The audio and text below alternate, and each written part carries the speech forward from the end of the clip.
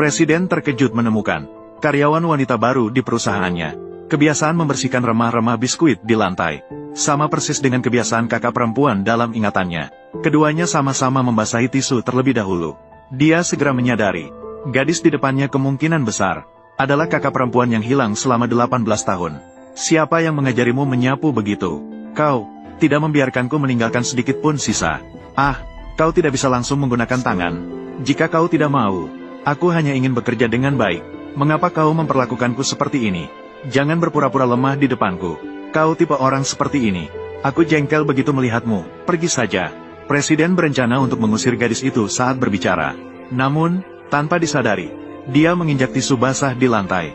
Ketika kakinya tergelincir, langsung kepalanya terbentur keras di sudut meja. Para karyawan terkejut dan segera mengantarkan presiden ke rumah sakit. Dengan cepat, ibu kandung presiden yang kaya raya datang ke rumah sakit setelah mendengar berita operasi presiden dan segera menanyakan kronologi kejadian. Ini adalah hitungan pegawai, menunjuk pada gadis itu dan mengatakan semuanya salah gadis itu. Dia yang mendorong Su Shao jatuh. Dia sendiri yang tergelincir. Xiao Neng. Su Shao memiliki benjolan di kepala. Ah, kau pikir kau siapa? Berani mendorong anakku. Apa yang terjadi dengan anakku? Keluargamu jangan berharap tinggal di Jiangsu.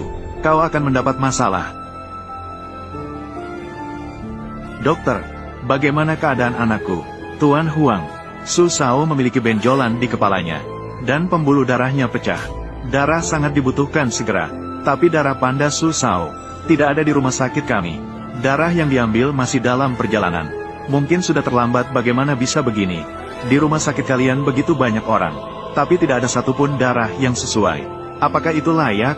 Berapapun uangnya, aku bisa membayar. Orang-orang di rumah sakit, kami sudah memeriksanya semua. Tidak ada yang memiliki golongan darah panda. Siapa di antara kalian yang memiliki golongan darah panda? Tolong selamatkan anakku. Tuan Huang, Su Shao memintaku untuk memberikan ini. Serahkan padaku. Dia berharap kau di sana. Suatu saat nanti, pasti akan menemukan kakaknya. Liontin ini, kenapa mirip dengan Liontin milikku? Persis sama. Tanpa disadari, wanita kaya di depan matanya adalah ibu kandung gadis itu. Sedangkan presiden yang terbaring di ruang operasi adalah adik kandungnya. Ternyata sudah 18 tahun yang lalu, kakak adik itu kabur untuk bermain. Tidak disangka mereka malah dikejar oleh sekelompok orang yang ingin menangkap adiknya. Penjahat tertarik pada mereka. Di saat-saat genting, kakak melindungi adiknya, menukar Liontin dengan adiknya, dan memakai topi adik laki-laki. Ketika orang berpakaian hitam menemukan mereka, dengan keliru dia mengira kakak yang memakai Liontin dengan nama adiknya sebagai target dan membawanya pergi, sehingga adiknya tidak tertangkap. Tidak lama kemudian diselamatkan oleh wanita kaya yang datang. Sementara di sisi lain, penculik menyadari kesalahan mereka. Mereka marah dan malu, langsung melemparkan gadis itu dari mobil. Gadis itu juga kehilangan pendengarannya karena terkena benturan di kepala.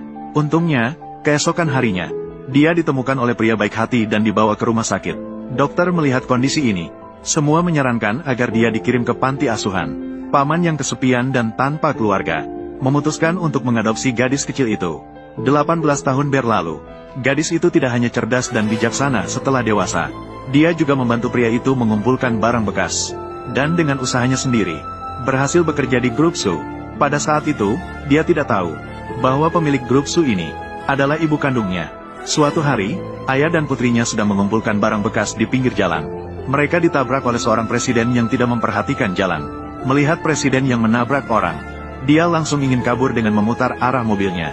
Gadis itu dengan berani menghentikannya meskipun risikonya besar. Untuk mencari keadilan, sang presiden akhirnya turun dengan kesal. Dia merasa tidak ingin hidup lagi. Berani menghentikan mobil keluarga Su dan menabrak seseorang. Kau tidak bisa melihat kan? Sialan. Mungkin orang tua itu melihat mobil mewahku, jadi sengaja datang untuk menipu. Seperti kalian orang kelas bawah seperti ini, tidak bisa melakukan apa-apa. Apa yang kau bicarakan? Yuliu, ayah tidak apa-apa. Dia adalah orang terkaya di Jiangsu. Orang-orang dari keluarga Su. Kita tidak bisa melawan mereka. Tuan Su, aku tidak apa-apa. Mohon maaf. Orang tua itu tahu diri. Tapi seperti kalian orang miskin seperti ini, aku sudah melihat terlalu banyak. Kau ingin menipuku. Kau tidak bisa pergi. Kau pikir kau siapa? Berani mencengkerangku.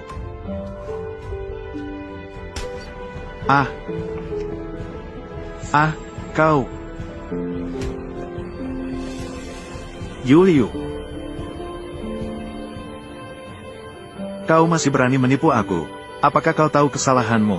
Aku berbicara padamu. Aku berbicara padamu.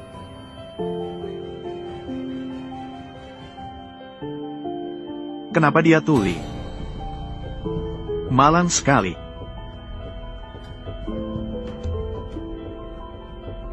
Tuan Su, maafkan kau. Kami yang salah. Anak ini waktu kecilnya mengalami luka berat, tidak bisa mendengar apa-apa. Mohon maaf. Ayahnya adalah pemulung. Anak perempuan di sini berpura-pura tuli. Membuatku merasa sangat jijik. Jangan biarkan aku melihat kalian lagi.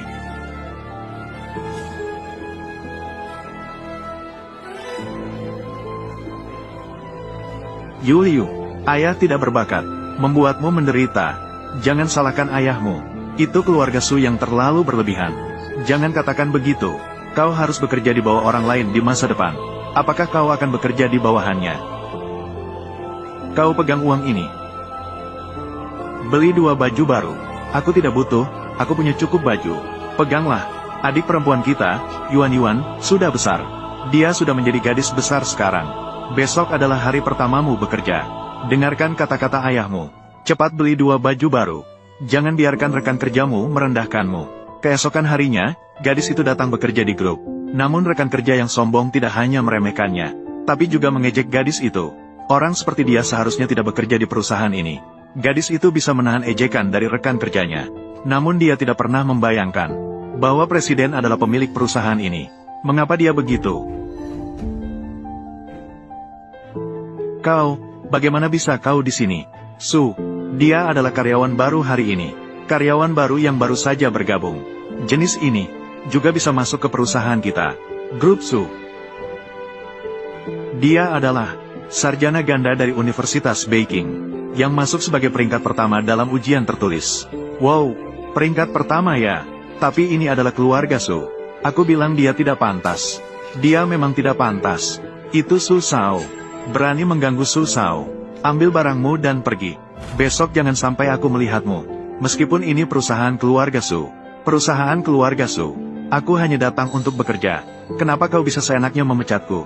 Kau datang untuk bekerja kan? Melihat orang sepertimu saja sudah menjijikan. Cepat pergi dari sini.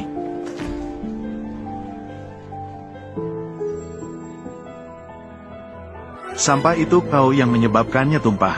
Bersihkan semuanya untukku. Sisakan sedikit serpihan.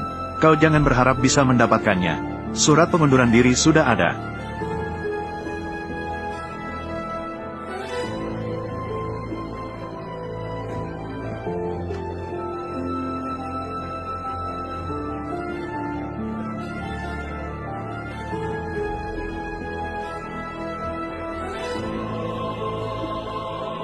Adik, kau sedang makan makanan ringan ya?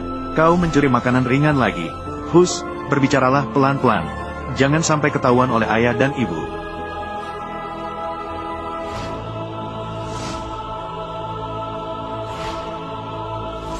Kakak, kenapa kau? Jangan menggunakan sapu. Gunakan saja kain lap yang basah. Dengan cara ini, remahan biskuit tidak akan menempel di sapu. Maka ibu tidak akan menemukannya. Oh, tunggu.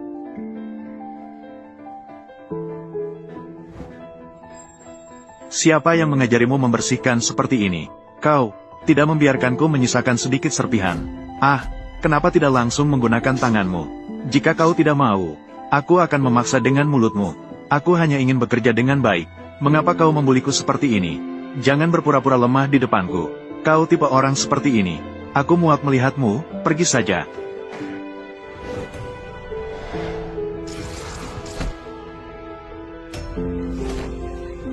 Su Sao.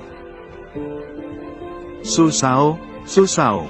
Dengan begitu, presiden dibawa ke rumah sakit. Saat itu dokter memberitahu, kondisi presiden sangat serius dan membutuhkan transfusi darah dengan segera.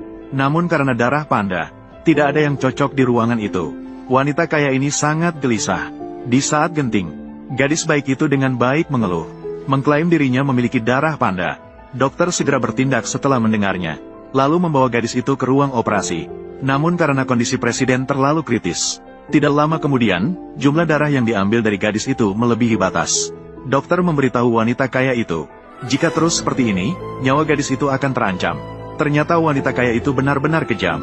Lakukan. Bahkan jika harus mengambil semua darahnya. Lakukan dengan segala cara. Selamatkan nyawa anakku. Ibu, tidak baik seperti ini. Apapun yang terjadi. Satu nyawa. Jika dokter langsung melakukan operasi, seberapa besar peluangnya? Jika lancar, kemungkinan risikonya lebih sedikit. Tidak boleh ada sedikit pun risiko. Ibu, jika terus diambil darahnya, dia akan mati. Kau diam. Dia hanya seorang pengemis. Anak perempuan yang tidak berguna. Bagaimana bisa dibandingkan dengan anakku? Bisa menggunakan darahnya untuk menyelamatkan satu nyawa anakku. Itu adalah kehormatannya. Tidak masalah. Berikan saja lebih banyak uang kepada mereka. Kenapa masih diam saja? Jika terjadi sesuatu pada anakku, kalian semua jangan berharap bisa melakukannya lagi. Cepat ambil darahnya. Dengan tidak punya pilihan, dokter melanjutkan operasi. Akhirnya operasi presiden berhasil. Namun gadis itu nyawa terancam karena kehilangan darah terlalu banyak. Ternyata wanita kaya itu sama sekali tidak peduli. Bahkan menyuruh orang untuk mengusir gadis itu. Saat itu pula ayah angkat mengetahui beritanya. Dia datang dengan marah. Lepaskan aku, atau aku akan membunuh kalian. Kembalikan nyawa putriku. Yuyu. Aku akan bersaing denganmu, lepaskan aku. Biarkan dia masuk. Yuyu, apa yang terjadi padamu? Yuyu, bangunlah. Yuyu, putriku. Putriku. Mengumpulkan barang bekas. Tentang urusan putrimu, aku sangat menyesal. Sebagai ganti rugi, aku akan memberikanmu 1 juta. Apa gunanya memberikan kartu padaku? Putriku sudah meninggal. Kau juga seorang ibu. Apakah nyawa anakmu lebih berharga daripada putriku? Putrimu tidak pantas dibandingkan dengan anakku. Jika kau tidak menginginkan uang, berikan ayah dan anak itu padaku. Lalu keluar dari sini. Jangan mengganggu anakku yang sedang istirahat. Dokter, aku mohon padamu. Tolong selamatkan putriku, dokter. Aku mohon padamu. Jangan. Aku mohon padamu. Tolong dokter. Selamatkan putriku. Aku mohon padamu. Tolong selamatkan putriku.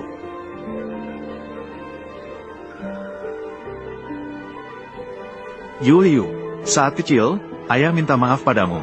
Saat aku menemukanmu dulu, aku tidak pernah memberimu kehidupan yang baik. Tidak terduga, kau pergi begitu saja. Apa katamu? Dia adalah yang kau temukan. Tunggu sebentar.